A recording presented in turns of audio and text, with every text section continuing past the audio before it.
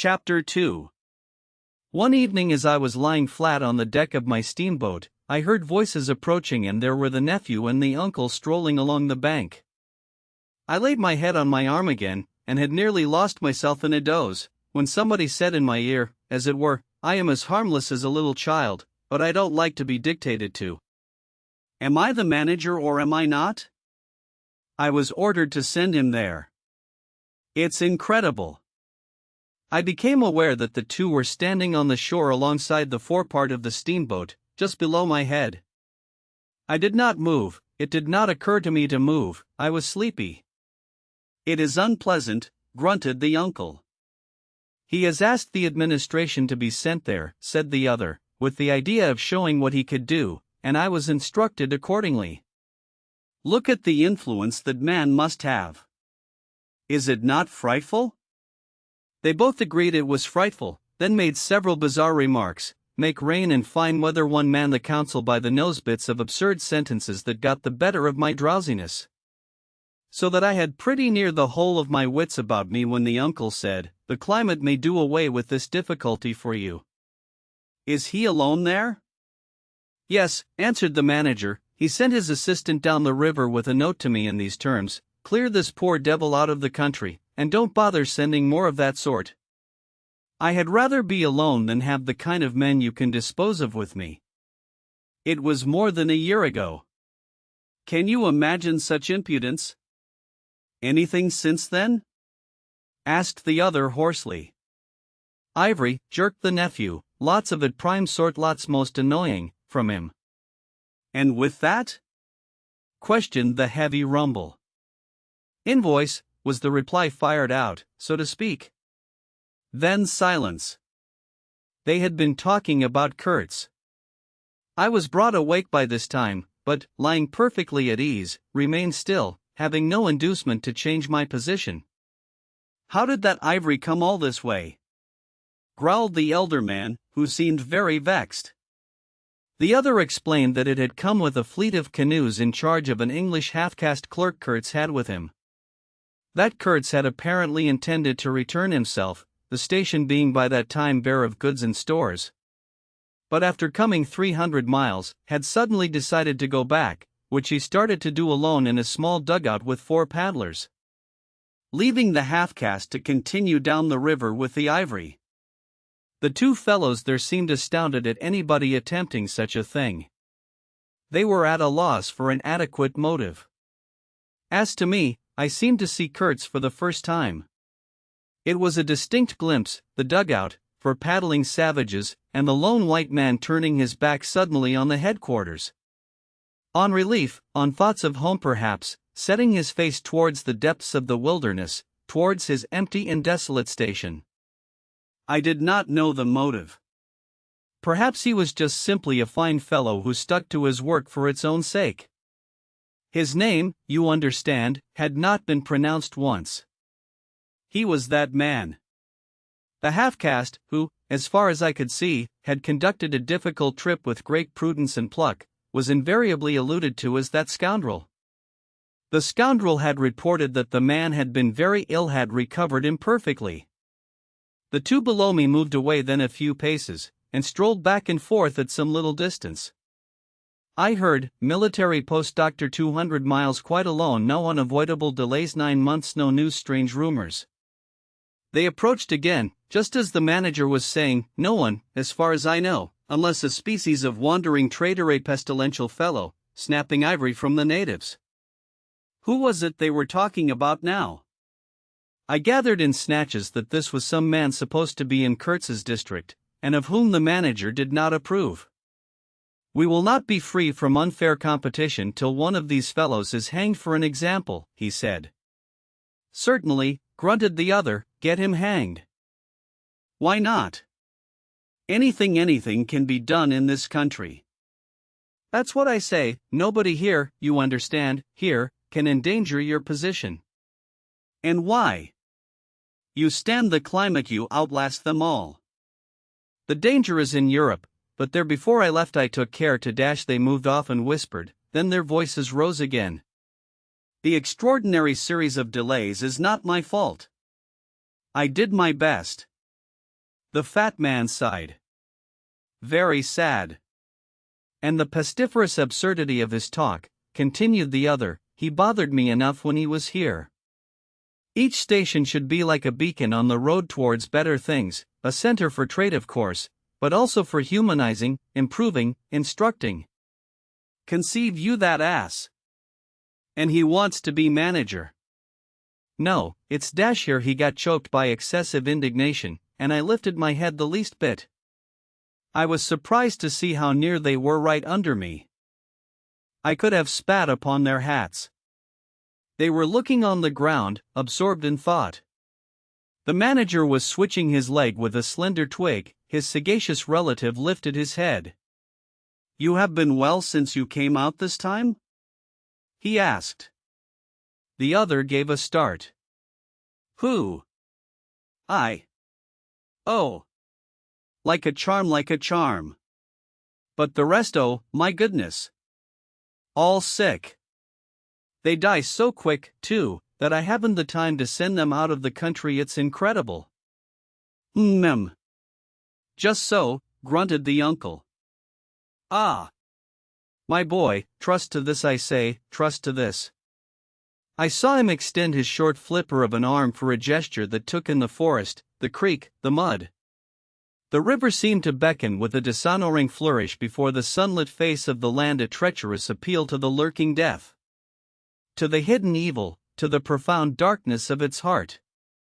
It was so startling that I leaped to my feet and looked back at the edge of the forest, as though I had expected an answer of some sort to that black display of confidence. You know the foolish notions that come to one sometimes. The high stillness confronted these two figures with its ominous patience, waiting for the passing away of a fantastic invasion.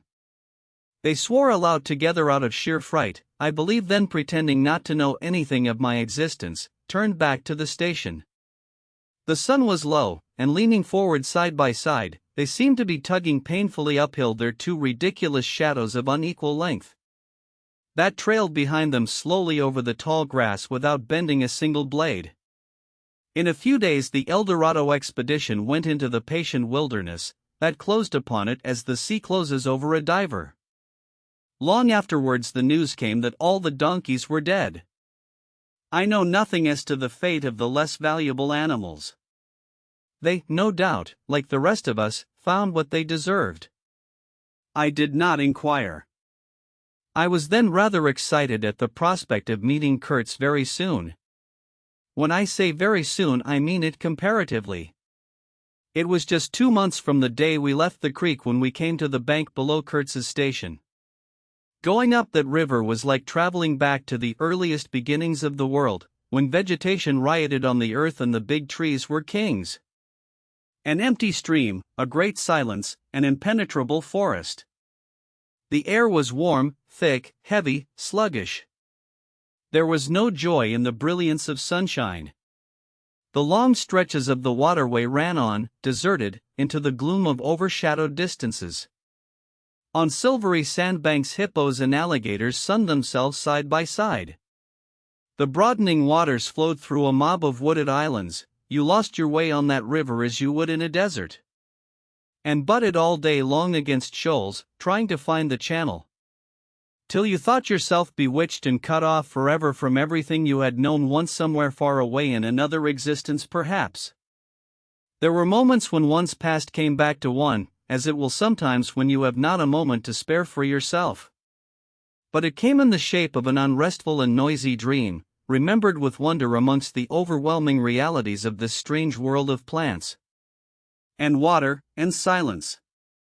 And this stillness of life did not in the least resemble a peace. It was the stillness of an implacable force brooding over an inscrutable intention. It looked at you with a vengeful aspect. I got used to it afterwards. I did not see it anymore. I had no time.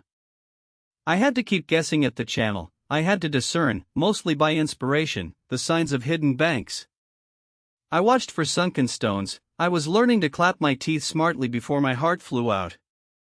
When I shaved by a fluke some infernal sly old snag that would have ripped the life out of the tin pot steamboat and drowned all the pilgrims.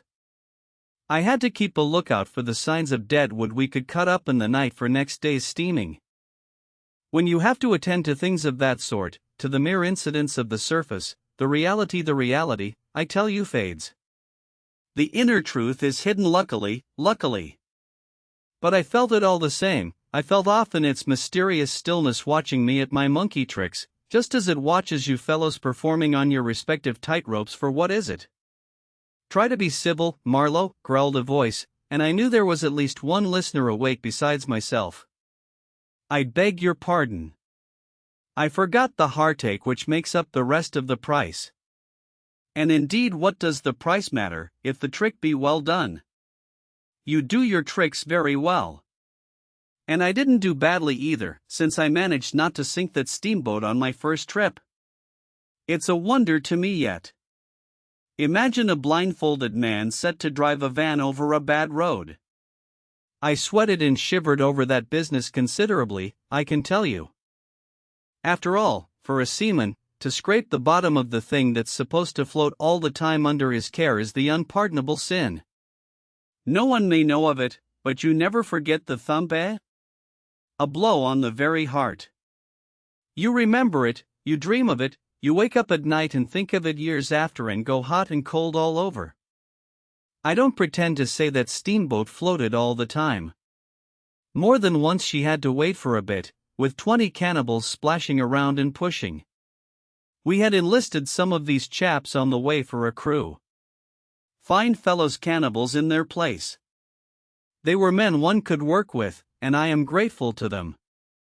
And, after all, they did not eat each other before my face. They had brought along a provision of hippo meat which went rotten, and made the mystery of the wilderness stink in my nostrils. Phoo!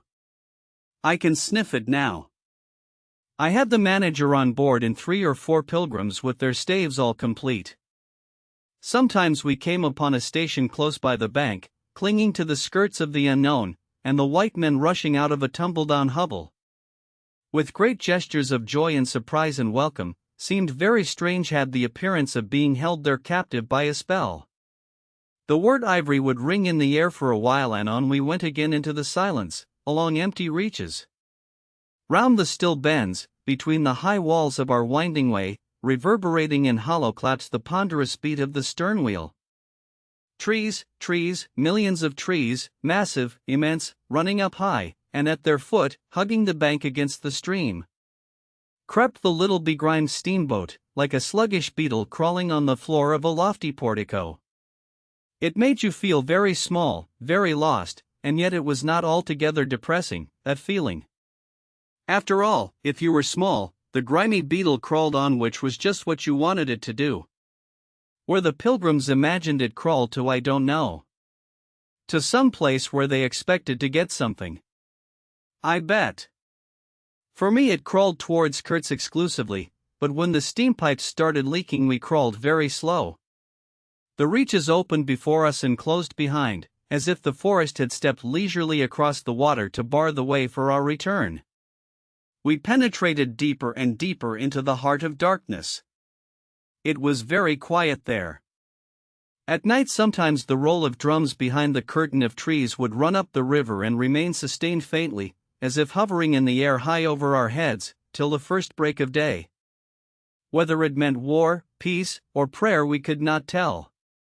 The dawns were heralded by the descent of a chill stillness. The woodcutters slept, their fires burned low, the snapping of a twig would make you start. We were wanderers on a prehistoric earth, on an earth that wore the aspect of an unknown planet. We could have fancied ourselves the first of men taking possession of an accursed inheritance, to be subdued at the cost of profound anguish and of excessive toil. But suddenly, as we struggled round a bend, there would be a glimpse of rush walls, of peaked grass roofs. A burst of yells, a whirl of black limbs, a mass of hands clapping, of feet stamping, of bodies swaying, of eyes rolling, under the droop of heavy and motionless foliage. The steamer toiled along slowly on the edge of a black and incomprehensible frenzy. The prehistoric man was cursing us, praying to us, welcoming us, who could tell? We were cut off from the comprehension of our surroundings, we glided past like phantoms, wondering and secretly appalled, as sane men would be before an enthusiastic outbreak in a madhouse. We could not understand because we were too far and could not remember because we were traveling in the night of first ages, of those ages that are gone, leaving hardly a sign and no memories. The earth seemed unearthly. We are accustomed to look upon the shackled form of a conquered monster, but there you could look at a thing monstrous and free. It was unearthly, and the men they were not inhuman. Well, that was the worst of it, this suspicion of their not being inhuman. It would come slowly to one. They howled and leaped, and spun, and made horrid faces. But what thrilled you was just the thought of their humanity, like yours, the thought of your remote kinship with this wild and passionate uproar. Ugly. Yes, it was ugly enough, but if you were man enough you would admit to yourself that there was in you just the faintest trace of a response to the terrible frankness of that noise. A dim suspicion of there being a meaning in it which you so remote from the night of first ages could comprehend. And why not? The mind of man is capable of anything because everything is in it, all the past as well as all the future. What was there after all? Joy, fear, sorrow, devotion, valor, rage, who can tell? But truth stripped of its cloak of time. Let the fool gape and shudder, the man knows, and can look on without a wink. But he must at least be as much of a man as these on the shore. He must meet that truth with his own true stuff, with his own inborn strength. Principles won't do. Acquisitions, clothes, pretty rags that would fly off at the first good shake. No, you want a deliberate belief. An appeal to me in this fiendish row, is there? Very well, I admit, but I have a voice, too, and for good or evil mine is the speech that cannot be silenced. Of course, a fool, what with sheer fright and fine sentiments, is always safe. Who's that grunting? You wonder I didn't go ashore for a howl and a dance? Well, no, I didn't. Fine sentiments, you say? Fine sentiments, be hanged. I had no time. I had to mess about with white lead and strips of woolen blanket, helping to put bandages on those leaky steam pipes, I tell you. I had to watch the steering, and circumvent those snags, and get the tin pot along by hook or by crook. There was surface truth enough in these things to save a wiser man. And between whiles I had to look after the savage who was fireman. He was an improved specimen, he could fire up a vertical boiler. He was there below me, and, upon my word, to look at him was as edifying as seeing a dog in a parody of breeches and a feather hat, walking on his hind legs. A few months of training had done for that really fine chap. He squinted at the steam gauge and at the water gauge with an evident effort of intrepidity, and he had filed teeth, too, the poor devil, and the wool of his pate shaved into queer patterns, and 3 ornamental scars on each of his cheeks. He ought to have been clapping his hands and stamping his feet on the bank, instead of which he was hard at work, a thrall to strange witchcraft, full of improving knowledge.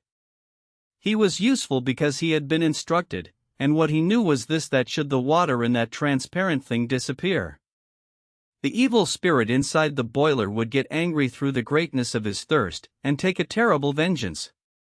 So he sweated and fired up and watched the glass fearfully, with an impromptu charm, made of rags, tied to his arm. And a piece of polished bone, as big as a watch, stuck flatways through his lower lip, while the wooded banks slipped past us slowly. The short noise was left behind, the interminable miles of silence, and we crept on, towards Kurtz. But the snags were thick, the water was treacherous and shallow, the boiler seemed indeed to have a sulky devil in it. And thus neither that fireman nor I had any time to peer into our creepy thoughts. Some 50 miles below the inner station we came upon a hut of reeds, an inclined and melancholy pole, with the unrecognizable tatters of what had been a flag of some sort flying from it, and a neatly stacked woodpile. This was unexpected. We came to the bank, and on the stack of firewood found a flat piece of board with some faded pencil writing on it. When deciphered it said, "Wood for you. Hurry up. Approach cautiously." There was a signature, but it was illegible, not Kurtz, a much longer word. Hurry up. Where? Up the river? Approach cautiously. We had not done so. But the warning could not have been meant for the place where it could be only found after approach. Something was wrong above. But what and how much? That was the question. We commented adversely upon the imbecility of that telegraphic style. The bush around said nothing, and would not let us look very far, either. A torn curtain of red twill hung in the doorway of the hut, and flapped sadly in our faces. The dwelling was dismantled, but we could see a white man had lived there not very long ago. There remained a rude table, a plank on 2 posts, a heap of rubbish reposed in a dark corner, and by the door I picked up a book. It had lost its covers, and the pages had been thumbed into a state of extremely dirty softness, but the back had been lovingly stitched afresh with white cotton thread, which looked clean yet. It was an extraordinary find. Its title was An Inquiry into Some Points of Seamanship, by a man Towser, some such name, master in His Majesty's Navy. The matter looked dreary reading enough, with illustrative diagrams and repulsive tables of figures, and the copy was 60 years old. I handled this amazing antiquity with the greatest possible tenderness, lest it should dissolve in my hands. Within, Towser was inquiring earnestly into the breaking strain of ship's chains and tackle, and other such matters. Not a very enthralling book, but at the first glance you could see there a singleness of intention, an honest concern for the right way of going to work, which made these humble pages, thought out so many years ago, luminous with another than a professional light. The simple old sailor, with his talk of chains and purchases, made me forget the jungle and the pilgrims in a delicious sensation of having come upon something unmistakably real. Such a book being there was wonderful enough, but still more astounding were the notes penciled in the margin, and plainly referring to the text. I couldn't believe my eyes. They were in cipher. Yes, it looked like cipher. Fancy a man lugging with him a book of that description into this nowhere and studying it and making notes in cipher at that. It was an extravagant mystery.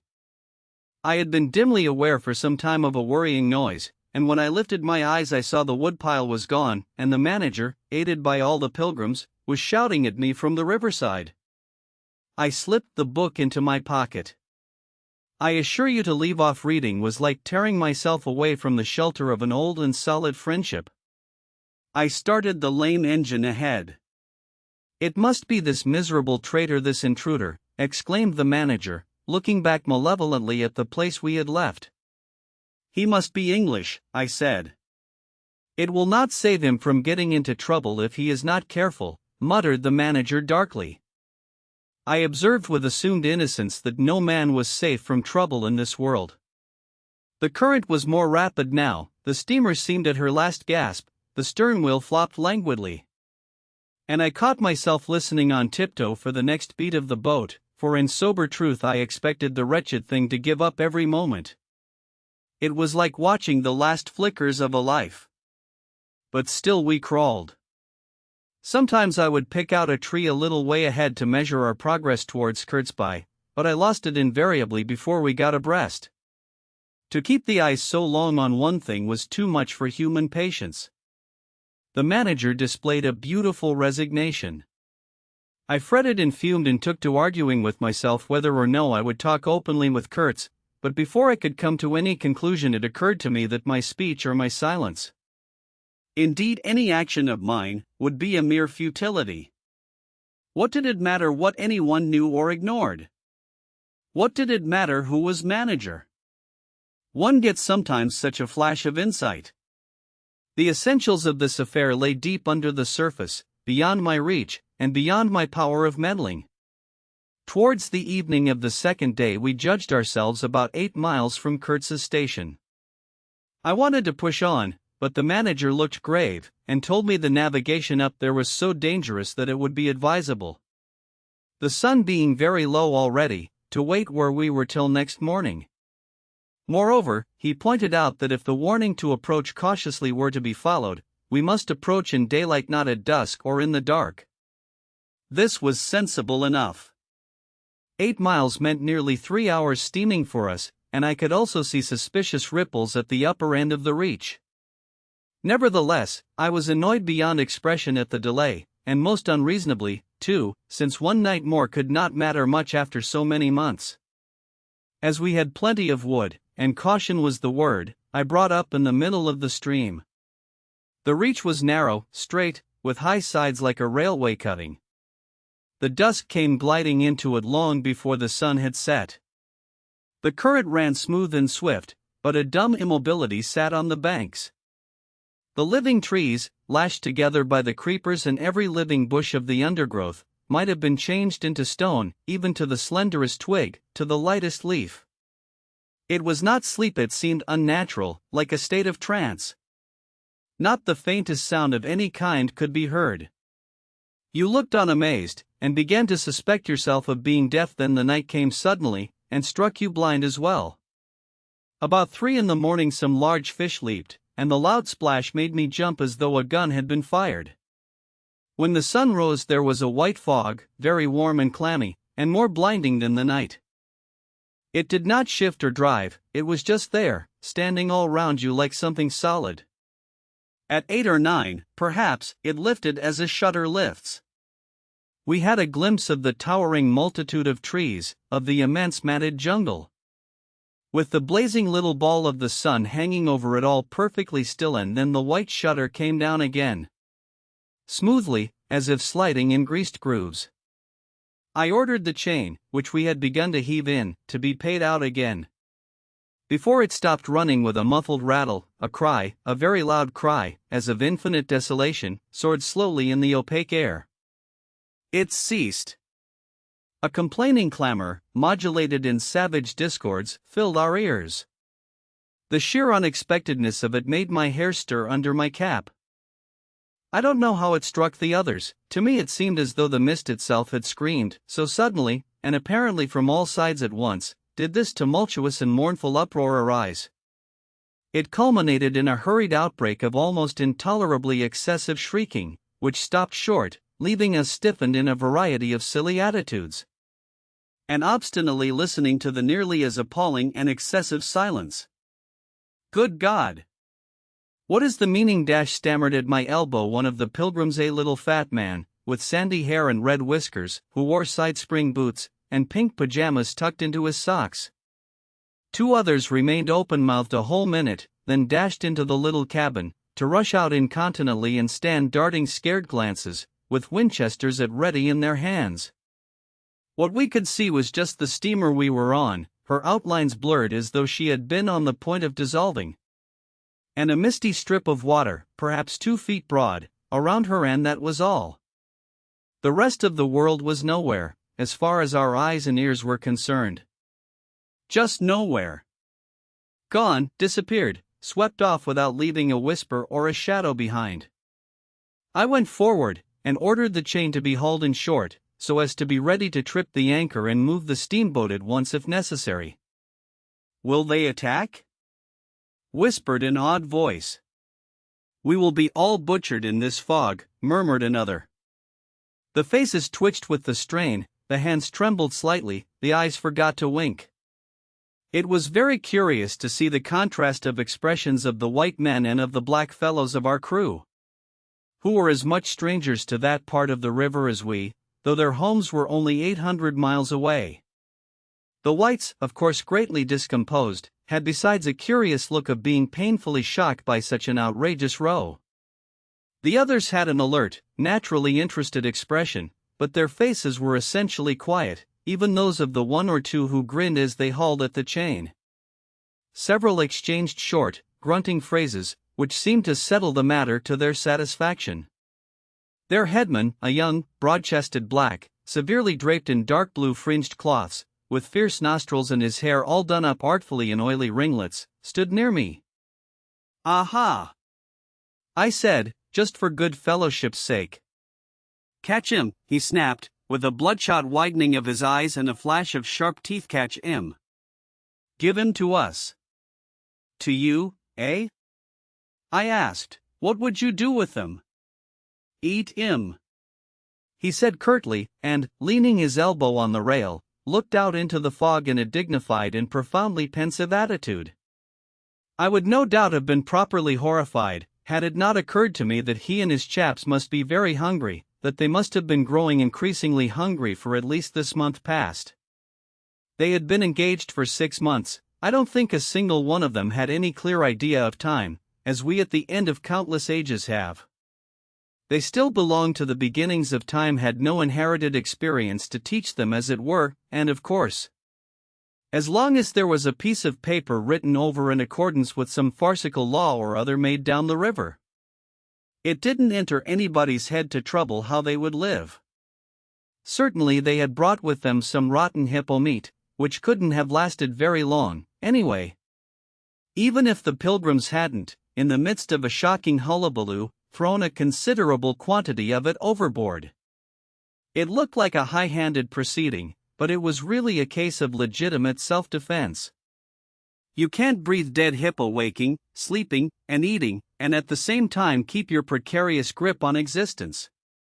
Besides that, they had given them every week 3 pieces of brass wire, each about 9 inches long, and the theory was they were to buy their provisions with that currency in riverside villages. You can see how that worked. There were either no villages, or the people were hostile, or the director, who like the rest of us fed out of tins, with an occasional old he-goat thrown in, didn't want to stop the steamer for some more or less recondite reason. So, unless they swallowed the wire itself, or made loops of it to snare the fishes with, I don't see what good their extravagant salary could be to them. I must say it was paid with a regularity worthy of a large and honorable trading company.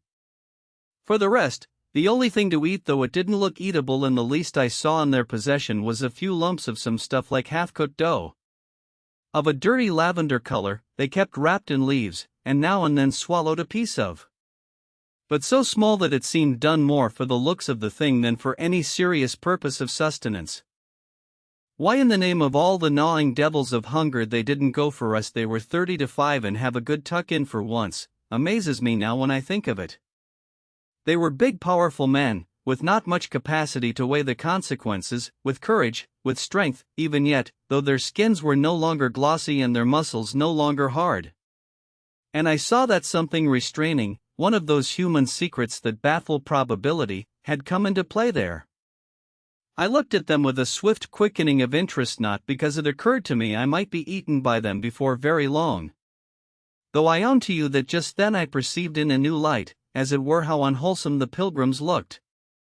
And I hoped, yes, I positively hoped, that my aspect was not so, what shall I say? So unappetizing, a touch of fantastic vanity which fitted well with the dream sensation that pervaded all my days at that time. Perhaps I had a little fever, too. One can't live with one's finger everlastingly on one's pulse. I had often a little fever, or a little touch of other things, the playful pawstrokes of the wilderness, the preliminary trifling before the more serious onslaught which came in due course. Yes, I looked at them as you would on any human being, with a curiosity of their impulses, motives, capacities, weaknesses, when brought to the test of an inexorable physical necessity. Restraint. What possible restraint? Was it superstition, disgust, patience, fear, or some kind of primitive honor? No fear can stand up to hunger, no patience can wear it out, disgust simply does not exist where hunger is. And as to superstition, beliefs, and what you may call principles, they are less than chaff in a breeze. Don't you know the devilry of lingering starvation, its exasperating torment, its black thoughts, its somber and brooding ferocity? Well, I do. It takes a man all his inborn strength to fight hunger properly. It's really easier to face bereavement, dishonor, and the perdition of one's soul than this kind of prolonged hunger. Sad, but true. And these chaps, too, had no earthly reason for any kind of scruple. Restraint. I would just as soon have expected restraint from a hyena prowling amongst the corpses of a battlefield. But there was the fact facing me, the fact dazzling, to be seen, like the foam on the depths of the sea. Like a ripple on an unfathomable enigma, a mystery greater when I thought of it than the curious, inexplicable note of desperate grief in this savage clamor that had swept by us on the riverbank. Behind the blind whiteness of the fog, two pilgrims were quarreling in hurried whispers as to which bank. Left. No, no, how can you? Right, of course. It is very serious, said the manager's voice behind me. I would be desolated if anything should happen to Mr. Kurtz before we came up. I looked at him, and had not the slightest doubt he was sincere. He was just the kind of man who would wish to preserve appearances. That was his restraint. But when he muttered something about going on at once, I did not even take the trouble to answer him. I knew, and he knew, that it was impossible. Were we to let go our hold of the bottom, we would be absolutely in the air in space. We wouldn't be able to tell where we were going to, whether up or downstream, or across till we fetched against one bank or the other, and then we wouldn't know at first which it was. Of course I made no move. I had no mind for a smash-up. You couldn't imagine a more deadly place for a shipwreck. Whether we drowned at once or not, we were sure to perish speedily in one way or another. I authorize you to take all the risks, he said, after a short silence. I refuse to take any, I said shortly, which was just the answer he expected, though its tone might have surprised him. Well, I must defer to your judgment. You are captain, he said with marked civility. I turned my shoulder to him in sign of my appreciation, and looked into the fog. How long would it last? It was the most hopeless lookout. The approach to this Kurtz grubbing for ivory in the wretched bush was beset by as many dangers as though he had been an enchanted princess sleeping in a fabulous castle. Will they attack, do you think? Asked the manager, in a confidential tone. I did not think they would attack, for several obvious reasons. The thick fog was one. If they left the bank in their canoes, they would get lost in it, as we would be if we attempted to move.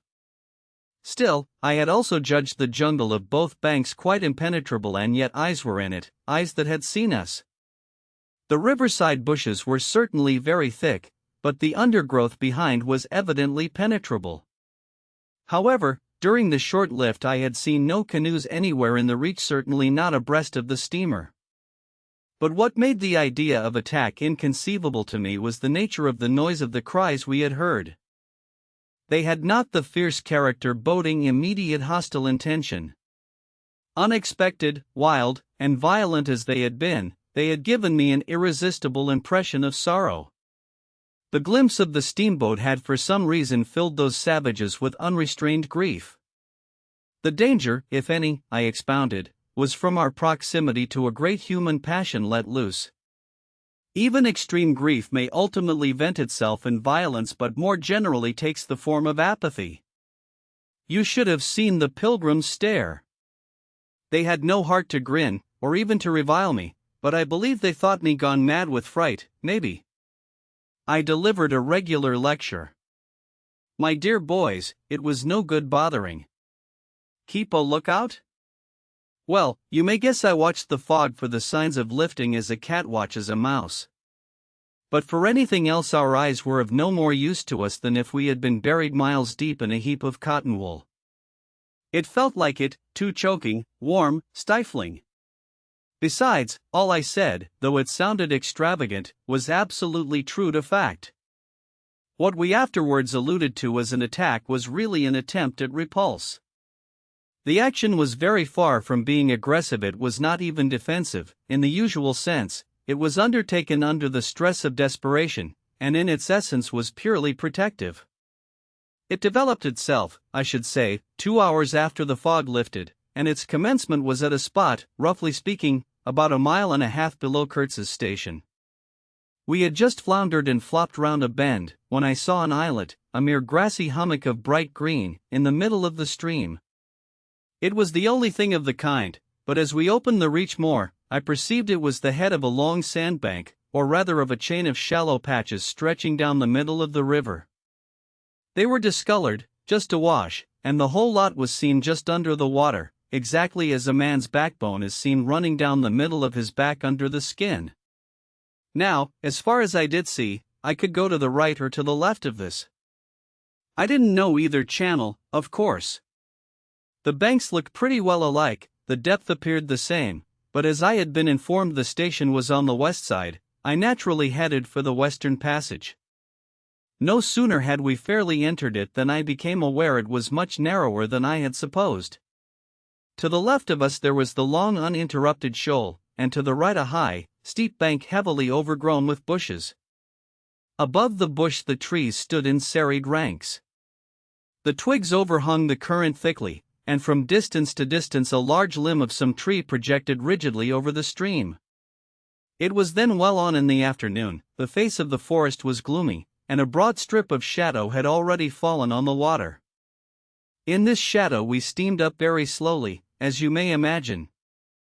I sheered her well inshore, the water being deepest near the bank, as the sounding pole informed me. One of my hungry and forbearing friends was sounding in the bows just below me. This steamboat was exactly like a deck scow. On the deck, there were two little teakwood houses, with doors and windows. The boiler was in the fore end, and the machinery right astern. Over the whole there was a light roof, supported on stanchions. The funnel projected through that roof, and in front of the funnel a small cabin built of light planks served for a pilot house. It contained a couch, two camp stools, a loaded Martini Henry leaning in one corner, a tiny table, and the steering wheel. It had a wide door in front and a broad shutter at each side. All these were always thrown open, of course. I spent my days perched up there on the extreme fore end of that roof, before the door. At night I slept, or tried to, on the couch. An athletic black belonging to some coast tribe and educated by my poor predecessor, was the helmsman.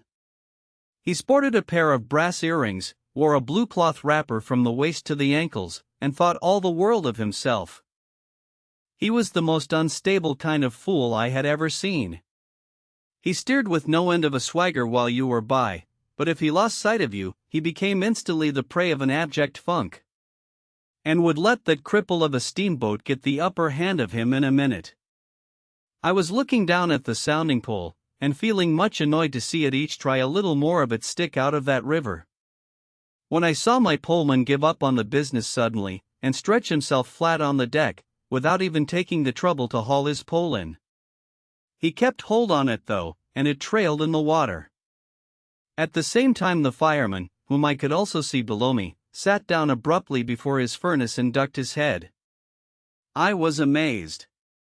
Then I had to look at the river mighty quick, because there was a snag in the fairway. Sticks, little sticks, were flying about thick, they were whizzing before my nose, dropping below me, striking behind me against my pilot house. All this time the river, the shore, the woods, were very quiet, perfectly quiet. I could only hear the heavy splashing thump of the stern wheel and the patter of these things. We cleared the snag clumsily. Arrows, by Jove! We were being shot at. I stepped in quickly to close the shutter on the land side. That fool helmsman, his hands on the spokes, was lifting his knees high, stamping his feet, champing his mouth, like a reined-in horse. Confound him! And we were staggering within 10 feet of the bank. I had to lean right out to swing the heavy shutter, and I saw a face amongst the leaves on the level with my own, looking at me very fierce and steady, and then suddenly, as though a veil had been removed from my eyes, I made out, deep in the tangled gloom, naked breasts, arms, legs, glaring eyes. The bush was swarming with human limbs in movement, glistening of bronze color.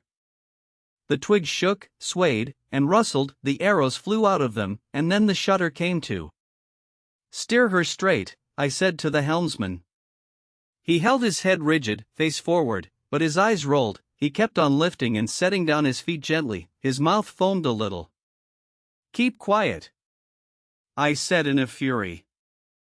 I might just as well have ordered a tree not to sway in the wind. I darted out. Below me there was a great scuffle of feet on the iron deck, confused exclamations, a voice screamed, "Can you turn back?" I caught sight of a V-shaped ripple on the water ahead. What? Another snag. A fusillade burst out under my feet. The pilgrims had opened with their Winchesters, and were simply squirting lead into that bush. A deuce of a lot of smoke came up and drove slowly forward. I swore at it. Now I couldn't see the ripple or the snag either. I stood in the doorway, peering, and the arrows came and swore they might have been poisoned, but they looked as though they wouldn't kill a cat. The bush began to howl. Our woodcutters raised a warlike whoop. The report of a rifle just at my back deafened me. I glanced over my shoulder, and the pilot house was yet full of noise and smoke when I made a dash at the wheel. The fool nigger had dropped everything, to throw the shutter open and let off that Martini Henry. He stood before the wide opening, glaring, and I yelled at him to come back, while I straightened the sudden twist out of that steamboat. There was no room to turn even if I had wanted to. The snag was somewhere very near ahead in that confounded smoke. There was no time to lose, so I just crowded her into the bank, right into the bank, where I knew the water was deep.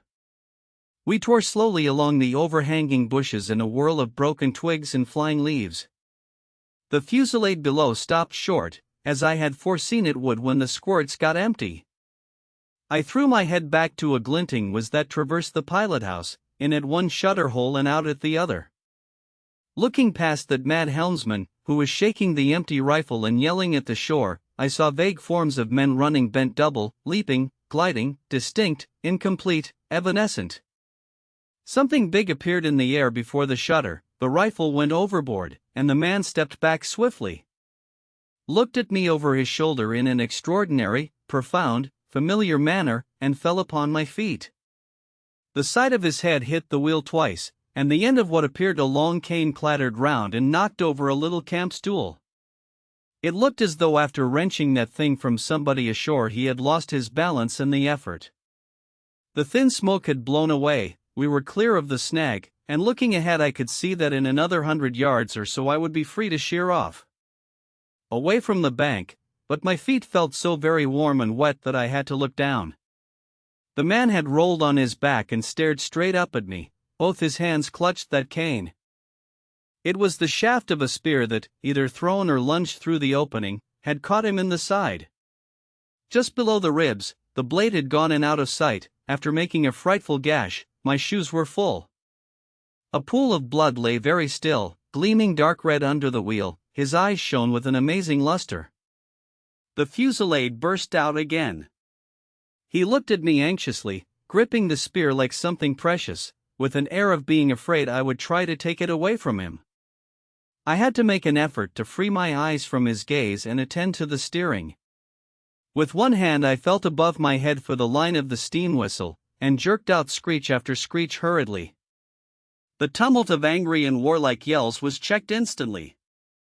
And then from the depths of the woods went out such a tremulous and prolonged wail of mournful fear and utter despair as may be imagined to follow the flight of the last hope from the earth. There was a great commotion in the bush, the shower of arrows stopped, a few dropping shots rang out sharply, then silence, in which the languid beat of the stern wheel came plainly to my ears. I put the helm hard a starboard at the moment when the pilgrim in pink pajamas, very hot and agitated, appeared in the doorway. "The manager sends me dash," he began in an official tone, and stopped short. "Good God!" he said, glaring at the wounded man. We two whites stood over him, and his lustrous and inquiring glance enveloped us both. I declare it looked as though he would presently put to us some questions in an understandable language, but he died without uttering a sound, without moving a limb, without twitching a muscle. Only in the very last moment, as though in response to some sign we could not see, to some whisper we could not hear. He frowned heavily, and that frown gave to his black death mask an inconceivably somber, brooding, and menacing expression. The luster of inquiring glance faded swiftly into vacant glassiness. "Can you steer?" I asked the agent eagerly. He looked very dubious, but I made a grab at his arm, and he understood at once I meant him to steer whether or no. To tell you the truth, I was morbidly anxious to change my shoes and socks. "He is dead," murmured the fellow, immensely impressed. "No doubt about it," said I, tugging like mad at the shoelaces. "And by the way, I suppose Mr. Kurtz is dead as well by this time." For the moment that was the dominant thought. There was a sense of extreme disappointment, as though I had found out I had been striving after something altogether without a substance. I couldn't have been more disgusted if I had traveled all this way for the sole purpose of talking with Mr. Kurtz. Talking with... I flung one shoe overboard, and became aware that was exactly what I had been looking forward to, a talk with Kurtz.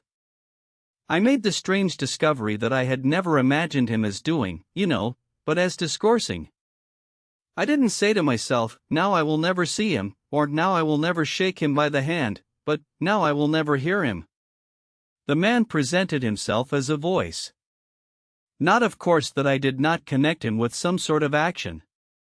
Hadn't I been told in all the tones of jealousy and admiration that he had collected, bartered, swindled, or stolen more ivory than all the other agents together? That was not the point. The point was in his being a gifted creature, and that of all his gifts the one that stood out preeminently. That carried with it a sense of real presence, was his ability to talk, his words the gift of expression. The bewildering, the illuminating, the most exalted and the most contemptible, the pulsating stream of light. Or the deceitful flow from the heart of an impenetrable darkness. The other shoe went flying unto the devil-god of that river. I thought, by Jove! It's all over. We are too late, he has vanished, the gift has vanished, by means of some spear, arrow, or club. I will never hear the chap speak after all, and my sorrow had a startling extravagance of emotion, even such as I had noticed in the howling sorrow of these savages in the bush. I couldn't have felt more of lonely desolation somehow, had I been robbed of a belief or had missed my destiny in life. Why do you sigh in this beastly way, somebody? Absurd? Well, absurd. Good Lord! Mustn't a man ever hear, "Give me some tobacco"? There was a pause of profound stillness, then a match flared, and Marlow's lean face appeared, worn, hollow, with downward folds and dropped eyelids, with an aspect of concentrated attention, and as he took vigorous draws at his pipe, it seemed to retreat and advance out of the night in the regular flicker of tiny flame. The match went out. "Absurd!" he cried. "This is the worst of trying to tell. Here you all are, each moored with two good addresses, like a hulk with two anchors, a butcher round one corner, a policeman round another, excellent appetites, and temperature normal, you hear normal from year's end to year's end. And you say, absurd. Absurd be exploded. Absurd! My dear boys, what can you expect from a man who out of sheer nervousness had just flung overboard a pair of new shoes? Now I think of it, it is amazing I did not shed tears. I am, upon the whole, proud of my fortitude. I was cut to the quick at the idea of having lost the inestimable privilege of listening to the gifted Kurtz. Of course I was wrong. The privilege was waiting for me. Oh, yes, I heard more than enough. And I was right, too. A voice. He was very little more than a voice. And I heard him at this voice. Other voices, all of them, were so little more than voices, and the memory of that time itself lingers around me. Impalpable, like a dying vibration of one immense jabber, silly, atrocious, sordid, savage, or simply mean. Without any kind of sense. He was silent for a long time. I laid the ghost of his gifts at last with a lie, he began, suddenly. Girl. What? Did I mention a girl? Oh, she is out of it completely. They, the women, I mean, are out of it, should be out of it. We must help them to stay in that beautiful world of their own, lest ours gets worse. Oh, she had to be out of it. You should have heard the disinterred body of Mr. Kurtz saying, "My intended." You would have perceived directly then how completely she was out of it. And the lofty frontal bone of Mr. Kurtz. They say the hair goes on growing sometimes, but this specimen was impressively bald. The wilderness had patted him on the head, and, behold, it was like a ball, an ivory ball. It had caressed him, and lo! He had withered. It had taken him, loved him, embraced him, got into his veins, consumed his flesh, and sealed his soul to its own by the inconceivable ceremonies of some devilish initiation. He was its spoiled and pampered favorite. Ivory? I should think so. Heaps of it, stacks of it. The old mud shanty was bursting with it. You would think there was not a single tusk left either above or below the ground in the whole country. Mostly fossil, the manager had remarked, disparagingly. It was no more fossil than I am, but they call it fossil when it is dug up. It appears these niggers do bury the tusks sometimes, but evidently they couldn't bury this parcel deep enough to save the gifted Mr. Kurtz from his fate. We filled the steamboat with it, and had to pile a lot on the deck. Thus he could see and enjoy as long as he could see, because the appreciation of this favor had remained with him to the last. You should have heard him say, "My ivory." Oh, yes, I heard him. My intended, my ivory, my station, my river, my dash, everything belonged to him.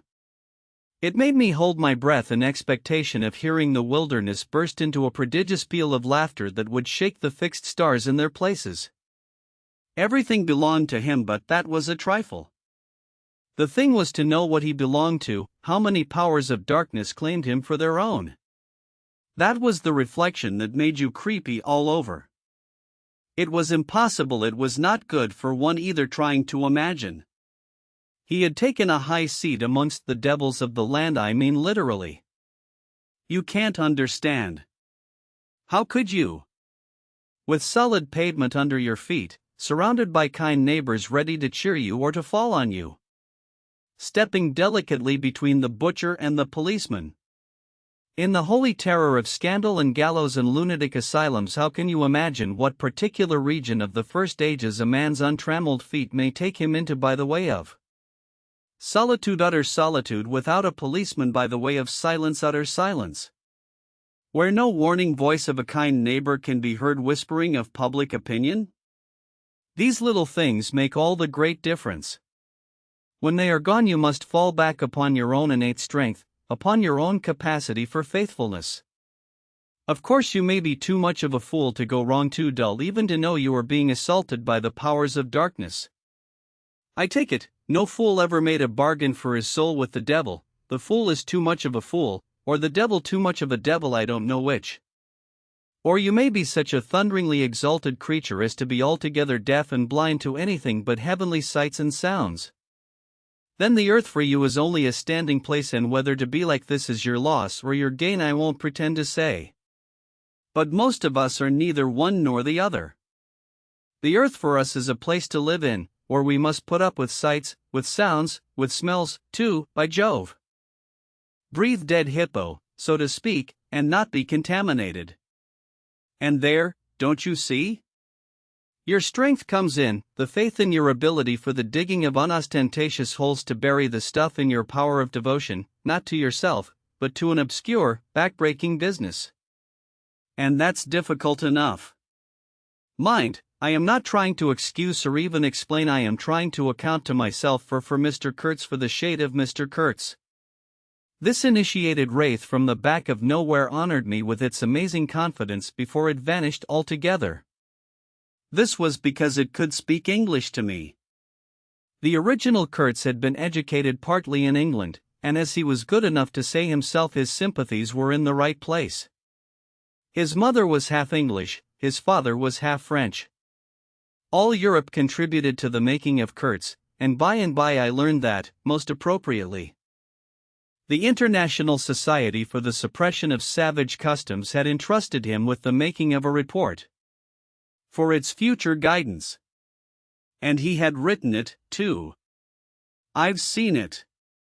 I've read it. It was eloquent, vibrating with eloquence, but too high-strung, I think. 17 pages of close writing he had found time for. But this must have been before his let us say nerves went wrong and caused him to preside at certain midnight dances ending with unspeakable rites.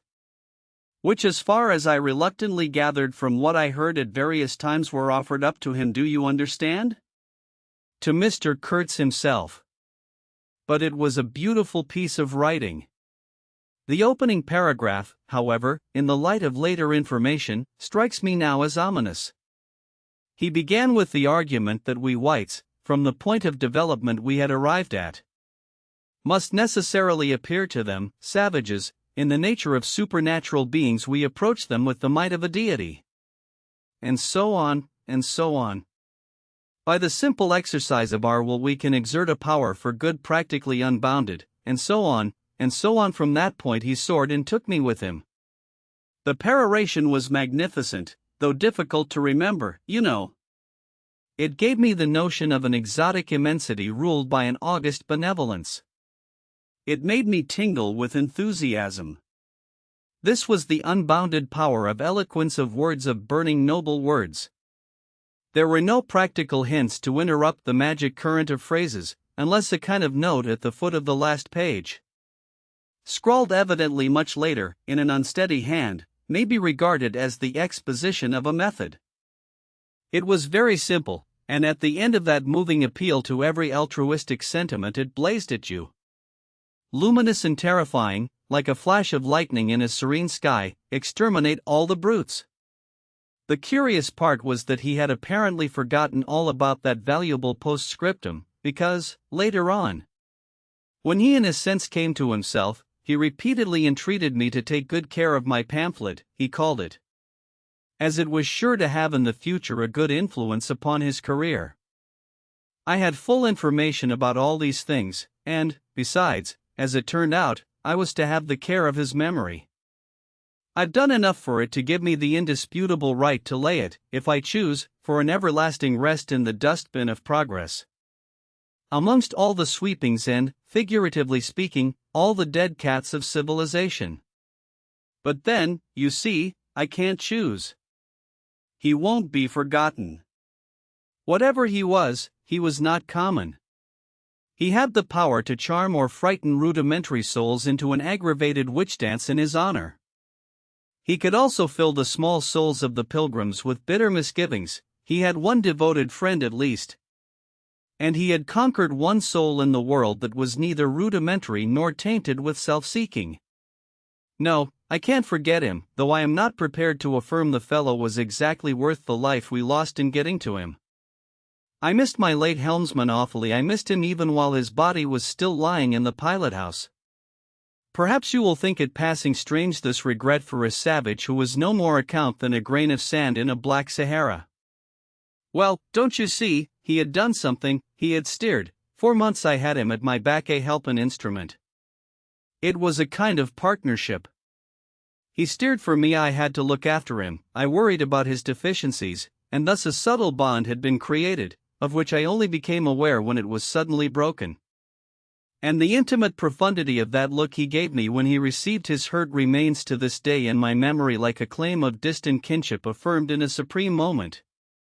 Poor fool! If he had only left that shutter alone! He had no restraint, just like Kurtz, a tree swayed by the wind. As soon as I had put on a dry pair of slippers, I dragged him out, after first jerking the spear out of his side, which operation I confess I performed with my eyes shut tight. His heels leaped together over the little doorstep, his shoulders were pressed to my breast, I hugged him from behind desperately. Oh! He was heavy, heavier than any man on earth, I should imagine. Then without more ado I tipped him overboard. The current snatched him as though he had been a wisp of grass, and I saw the body roll over twice before I lost sight of it forever. All the pilgrims and the manager were then congregated on the awning deck about the pilot-house, chattering at each other like a flock of excited magpies. And there was a scandalized murmur at my heartless promptitude. What they wanted to keep that body hanging about for I can't guess. Embalm it, maybe. But I had also heard another, and a very ominous, murmur on the deck below. My friends the woodcutters were likewise scandalized, and with a better show of reason, though I admit that the reason itself was quite inadmissible. Oh, quite. I had made up my mind that if my late helmsman was to be eaten, the fishes alone should have him. He had been a very second-rate helmsman while alive, but now he was dead he might have become a first-class temptation, and possibly caused some startling trouble. Besides, I was anxious to take the wheel, the man in pink pajamas showing himself a hopeless duffer at the business. This I did directly the simple funeral was over. We were going half-speed, keeping right in the middle of the stream, and I listened to the talk about me. They had given up Kurtz, they had given up the station, Kurtz was dead, and the station had been burnt, and so on and so on. The red-haired pilgrim was beside himself with the thought that at least this poor Kurtz had been properly avenged. Say, we must have made a glorious slaughter of them in the bush. Eh? What do you think? Say? He positively danced, the bloodthirsty little gingery beggar. And he had nearly fainted when he saw the wounded man. I could not help saying, you made a glorious lot of smoke, anyhow. I had seen, from the way the tops of the bushes rustled and flew, that almost all the shots had gone too high. You can't hit anything unless you take aim and fire from the shoulder, but these chaps fired from the hip with their eyes shut. The retreat, I maintained, and I was right, was caused by the screeching of the steam whistle. Upon this they forgot Kurtz, and began to howl at me with indignant protests. The manager stood by the wheel murmuring confidentially about the necessity of getting well away down the river before dark at all events. When I saw in the distance a clearing on the riverside and the outlines of some sort of building. "What's this?" I asked. He clapped his hands in wonder. "The station!" he cried. I edged in at once, still going half-speed. Through my glasses I saw the slope of a hill interspersed with rare trees and perfectly free from undergrowth. A long decaying building on the summit was half buried in the high grass, the large holes in the peaked roof gaped black from afar, the jungle and the woods made a background. There was no enclosure or fence of any kind, but there had been one apparently, for near the house half a dozen slim posts remained in a row. Roughly trimmed, and with their upper ends ornamented with round carved balls. The rails, or whatever there had been between, had disappeared. Of course the forest surrounded all that. The river bank was clear, and on the waterside I saw a white man under a hat like a cartwheel beckoning persistently with his whole arm. Examining the edge of the forest above and below, I was almost certain I could see movements, human forms gliding here and there. I steamed past prudently, then stopped the engines and let her drift down. The man on the shore began to shout, urging us to land. "We have been attacked," screamed the manager. I know. "It's all right," yelled back the other, as cheerful as you please. "Come along." "It's all right. I am glad." His aspect reminded me of something I had seen, something funny I had seen somewhere. As I maneuvered to get alongside, I was asking myself, what does this fellow look like? Suddenly I got it. He looked like a harlequin. His clothes had been made of some stuff that was brown holland probably, but it was covered with patches all over. With bright patches, blue, red, and yellow patches on the back, patches on the front, patches on elbows. On knees, colored binding around his jacket, scarlet edging at the bottom of his trousers, and the sunshine made him look extremely gay and wonderfully neat withal. Because you could see how beautifully all this patching had been done. A beardless, boyish face, very fair, no features to speak of, nose peeling, little blue eyes. Smiles and frowns chasing each other over that open countenance like sunshine and shadow on a windswept plain. "Look out, Captain!" he cried, "there's a snag lodged in here last night." "What? Another snag?" I confess I swore shamefully. I had nearly holed my cripple, to finish off that charming trip. The harlequin on the bank turned his little pug nose up to me. "You English?" he asked, all smiles. "Are you?" I shouted from the wheel. The smiles vanished, and he shook his head as if sorry for my disappointment. Then he brightened up. "Never mind," he cried encouragingly. "Are we in time?" I asked. "He is up there," he replied, with a toss of the head up the hill, and becoming gloomy all of a sudden. His face was like the autumn sky, overcast one moment and bright the next. When the manager, escorted by the pilgrims, all of them armed to the teeth, had gone to the house, this chap came on board. "I say, I don't like this. These natives are in the bush," I said. He assured me earnestly it was all right. "They are simple people," he added. "Well, I am glad you came. It took me all my time to keep them off." "But you said it was all right," I cried. "Oh, they meant no harm," he said, and as I stared he corrected himself, "Not exactly." Then vivaciously, "My faith, your pilot house wants a cleanup." In the next breath he advised me to keep enough steam on the boiler to blow the whistle in case of any trouble. "One good screech will do more for you than all your rifles." "They are simple people," he repeated. He rattled away at such a rate he quite overwhelmed me. He seemed to be trying to make up for lots of silence, and actually hinted, laughing, that such was the case. "Don't you talk with Mr. Kurtz?" I said. "You don't talk with that man, you listen to him," he exclaimed with severe exultation. But now he waved his arm, and in the twinkling of an eye was in the uttermost depths of despondency.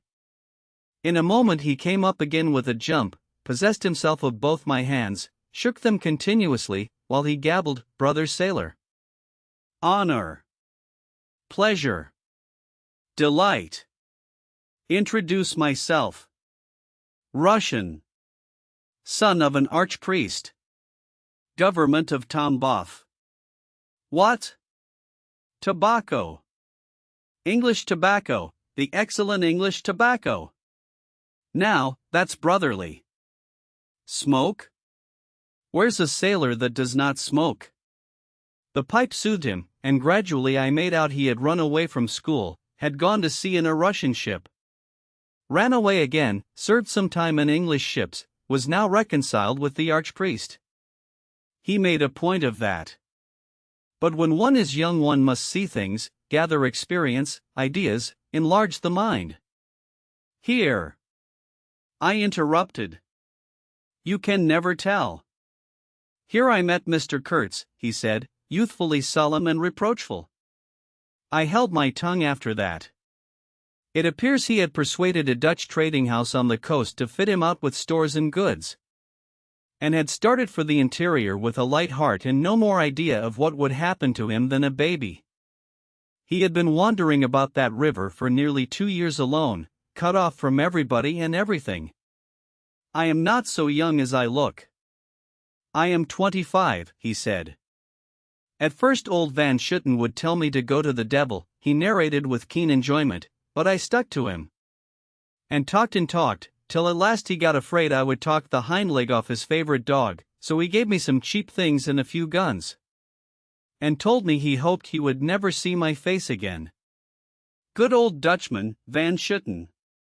I sent him one small lot of ivory a year ago, so that he can't call me a little thief when I get back. I hope he got it. And for the rest I don't care. I had some wood stacked for you. That was my old house. Did you see? I gave him Towson's book. He made as though he would kiss me, but restrained himself. The only book one had left, and I thought I had lost it, he said, looking at it ecstatically. So many accidents happen to a man going about alone, you know.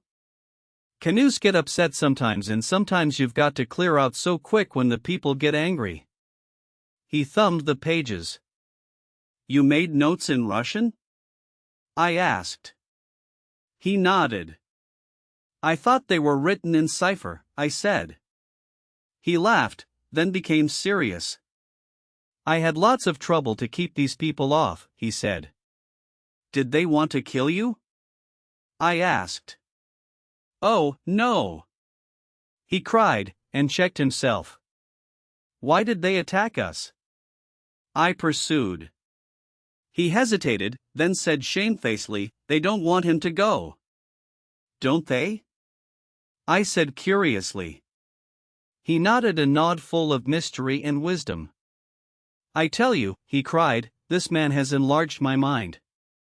He opened his arms wide, staring at me with his little blue eyes that were perfectly round.